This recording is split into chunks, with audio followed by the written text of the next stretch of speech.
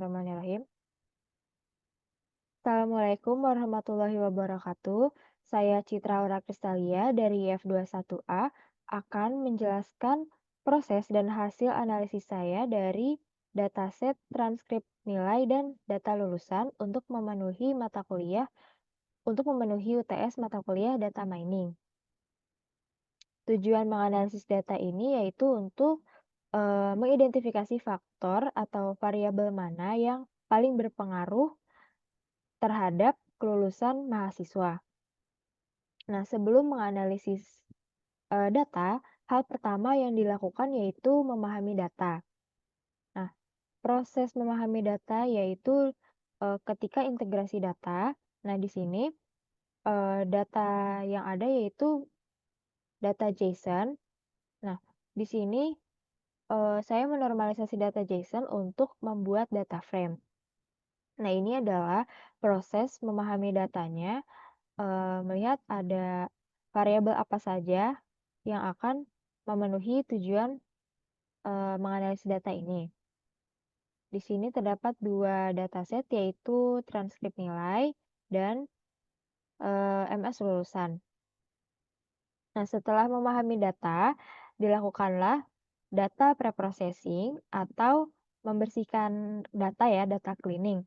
Nah, data preprocessing atau data cleaning ini ada mencari nilai hilang atau missing value, kemudian ada mencari nilai tidak wajar atau mencari noise, kemudian ada mencari outlier. Nah, yang pertama saya lakukan ini yaitu mengidentifikasi missing values dari dua dataset itu, yaitu di sini saya inisialisasi dengan DFTN dan DFML. Nah, terlihat data mentahnya tidak ada nilai yang hilang sama sekali.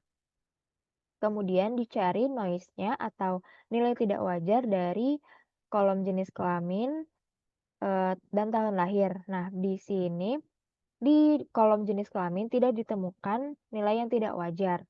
Kemudian di kolom tahun lahir ternyata setelah dicek noise-nya terdapat tahun lahir yang tidak sesuai dengan rentangnya, yaitu berisikan 0. Nah, untuk mengatasi itu, eee, bisa mengisi atau menghapus baris tersebut. Nah, di sini saya memutuskan untuk, mengisi atau mengganti nilai yang hilang, nilai yang tidak ada. Nah, di sini saya bisa menggunakan nilai rata-rata, nilai median, atau nilai yang paling sering muncul atau mode. Nah, di sini saya menggunakan mode, kemudian dicek apakah sudah terisi atau belum. Nah, di sini sudah terisi baris tersebut untuk lebih detailnya. Kemudian saya mengidentifikasi lebih lanjut untuk kolom-kolom yang lain seperti nilai grade dan nilai total, dan hasilnya tidak ada data yang nilainya tidak wajar. Setelah melakukan pembersihan data, kita bisa melakukan transformasi data. Yang pertama itu dibutuhkannya kolom IPS setiap mahasiswa eee, mencari mencari variabel mana yang paling berpengaruh terhadap kelulusan. Nah, di sini untuk mencari IPS, saya melakukan kalkulasi antara SKS kali dengan nilai grade. Nah, kemudian menggabungkannya antara berdasarkan NIM dengan semester. Kemudian hasil yang tadi disatukan di dalam data frame IPS. Nah, di dalam IPS ini terdapat, eee, kolom NIM, semester, dan IPS. Nah, selanjutnya kolom IPS yang ini disatukan dengan dataset atau data frame mahasiswa lulusan yang tadi dengan menggunakan metode merge. Nah, setelah dilakukan penggabungan, eee, kolomnya yaitu ada 11, jumlahnya ada 11. Nah, sebelum IPS setiap semester dijadikan kolom, baiknya kita melakukan, mencari missing value terlebih dahulu karena tadi telah dilakukannya penggabungan data ya, penggabungan dataset maksudnya. Dan ternyata ditemukan, missing value ya di kolom semester dan IPS. Kemudian diatasi seperti tadi. Nah setelah itu, setelah dilakukannya pembersihan data lagi, di sini untuk, mengefisiensi data, baris-baris maksudnya NIM yang ada kan tadi kan NIM-nya ada banyak ya, untuk NIM 01 itu ada 8 sesuai dengan jumlah semester yang ada 1 sampai 8. Nah, untuk membuat IPS tadi menjadi kolom, saya menggunakan, pivot untuk mengubah data menjadi format lebar. Berikut adalah hasilnya.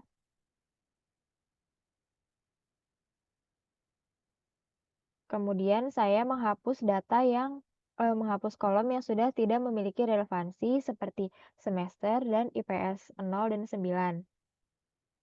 Berikut adalah hasil dari, eee, pelebaran dan penghapusan kolom yang sudah tidak ada relevansinya. Nah, setelah itu untuk, menambah akurasi, saya menghapus mahasiswa pindahan berdasarkan status masuk. Jika bernilai 0, maka dia berstatus mahasiswa baru. Jika bernilai 1 atau selain 0, maka akan dihapus, berarti dia mahasiswa pindahan. Yang tadinya ada 4.526 kolom, di sini ada 4.519. Nah, setelah itu saya cek, isi dari data frame tersebut. Kemudian saya melakukan konversi atau standarisasi format tanggal dan jenis kelamin. Di sini mengubah tanggal lulus dan tanggal masuk menjadi daytime, terus, mengubah jenis kelamin ya menjadi, biner 0 atau 1. Nah, berikut adalah hasilnya. Nah, setelah melakukan perubahan tadi ya, saya mengecek missing value lagi. Nah, ternyata tidak ditemukan, nilai yang hilang. Kemudian, eee, untuk menganalisis lama kuliah, saya menghitung lama kuliah atau durasi studi berdasarkan tanggal lulus dan tanggal masuk. Nah, setelah itu, saya membuatkan kolom lama kuliah untuk, menyimpan durasi studi. Berikut adalah hasilnya. Nah, selanjutnya untuk hasil yang lebih detail, untuk memenuhi tujuan, saya membuat kolom, lulus tepat waktu atau tidak. Nah, di sini saya menggunakan, apply dan lambda untuk menentukan berdasarkan lama kuliah yang tepat waktu atau tidak. Jika kurang dari 5 tahun, maka ia termasuk, tepat waktu. Nah, berikut adalah hasilnya.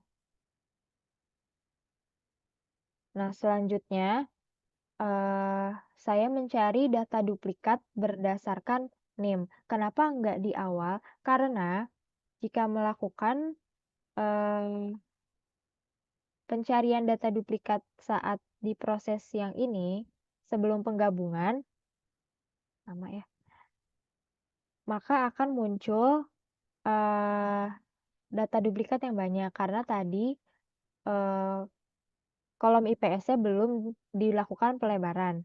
Maka dari itu saya melakukan, eee mengatasi data duplikat atau mencari data duplikat itu setelah, eee, menambahkan kolom-kolom yang lain. Nah, selanjutnya setelah menyiapkan data ya, setelah membersihkan dan menyiapkan data, bisa dilakukan analisis. Nah, di sini kan saya mau mengidentifikasi faktor-faktor mana atau variabel mana yang paling berpengaruh terhadap kelulusan mahasiswa. Nah, di sini saya menggunakan analisis korelasi, lebih tepatnya, metode korelasi Pearson.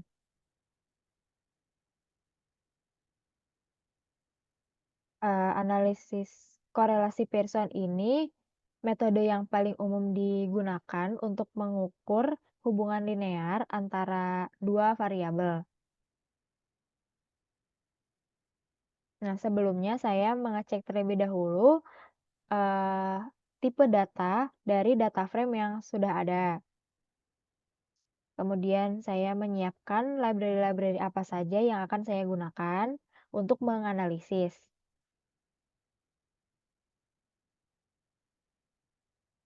Nah, karena analisis korelasi Pearson ini harus menggunakan numerik, jadi saya di sini menggunakan kolom lulus tepat waktu, dan predikat. Jadi saya menggunakan variabel independennya predikat dan variabel targetnya yaitu lulus tepat waktu untuk menentukan untuk mencari apakah dia yang paling berpengaruh. Nah, karena kedua kolom tersebut atau kedua variabel tersebut tipe datanya bukan numerik, jadi saya ubah terlebih dahulu. Nah, saya mengubah ini menggunakan mapping atau map ya, yang tepat waktu, variabel tepat waktu saya ubah kalau tepat waktu itu jadi satu, kalau tidak tepat waktu itu nol. Nah, kalau yang predikat, ada 3 kategori, yang pertama pujian bernilai 3, yang sangat memuaskan bernilai 2, dan memuaskan bernilai satu. Kemudian, eee, yang variabel predikat itu saya simpan di predikat 6, sedangkan lulus tepat waktu tetap disimpan di lulus tepat waktu. Nah, berikut adalah hasil dari perubahan atau konversi tipe data. Nah, di sini saya simpan predikat 6 yang tadi. Selanjutnya, setelah melakukan konversi, datanya sudah siap untuk dihitung korelasinya. Nah, di sini saya menggunakan Pearson R ya untuk menghitung korelasinya. Nah, di sini hasilnya terdapat, 2 hasil yaitu korelasi dan p-value.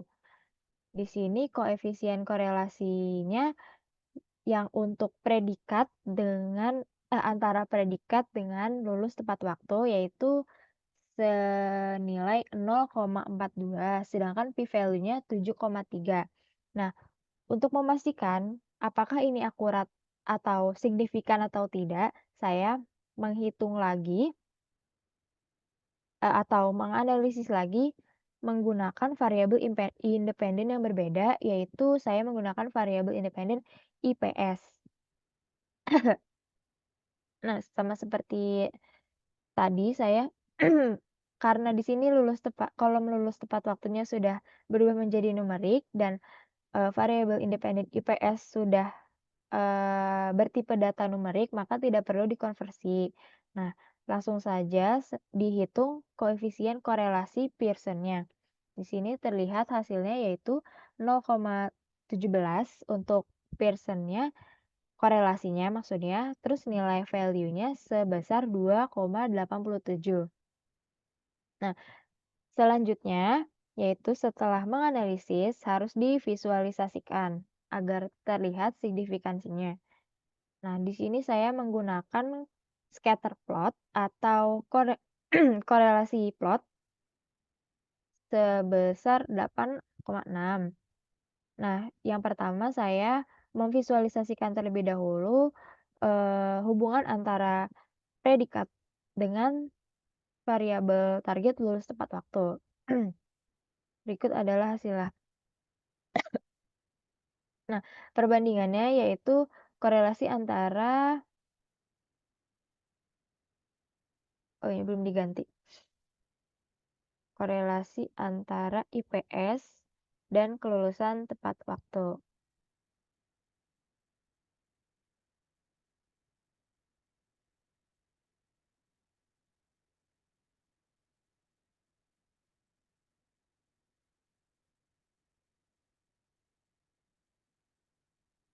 Nah, berikut adalah hasil visualisasi analisis dari perbandingan antara predikat 6 dengan lulus tepat waktu, kemudian IPS dengan lulus tepat waktu. Kesimpulannya di sini. Nah, kesimpulannya kalau dari analisis korelasi Pearson ini, ya kalau satu itu, eee, nilai koefisien korelasi itu berkisar antara -1 dan 1. Nah, kalau satu itu menunjukkan korelasi positif sempurna, jadi ketika satu variabel meningkat, maka variabel lainnya juga meningkat. Nah, kalau -1 itu, menunjukkan korelasi negatif sempurna. Eee, Kalau variabel yang satu meningkat, yang satu laginya menurun. Nah, di sini hasil dari predikat itu kan korelasinya 0,4, berarti menunjukkan bahwa korelasi positif sedang. Berarti ada hubungan, positif antara predikat dengan, lulusan ya dengan lulus tepat waktu. Nah, artinya ketika predikat itu meningkat, maka kemungkinan si mahasiswa ini lulus tepat waktu juga cenderung meningkat. Namun korelasi ini tidak sangat kuat, tapi cukup untuk menunjukkan adanya hubungan. Nah, kalau p-value itu nilai p-value ini digunakan untuk, menguji signifikansi statistik dari korelasi. Nah, umumnya nilai rendah itu menunjukkan bahwa hasilnya tuh secara signifikan signifikan secara statistik. Nah, di sini kan 7,32 untuk yang predikat dan lulus tepat waktu. Sedangkan kalau yang IPS itu 2,87, IPS dengan lulus tepat waktu itu 2,87. Artinya kemungkinan besar hubungan ini bukan karena kebetulan dan ada hubungan nyata antara variabel tersebut. Nah, kesimpulannya itu, eee, kalau yang pertama tadi, predikat sama lulus tepat waktu itu menunjukkan bahwa ada positif sedang, korelasi positif sedang. Sedangkan kalau yang secara hubungan ini signifikan secara statistik. Nah, berarti untuk yang paling signifikan itu yang antara predikat dengan lulus tepat waktu. Berikut adalah hasil analisis dari saya. Mohon maaf apabila ada kesalahan. Wassalamualaikum warahmatullahi wabarakatuh.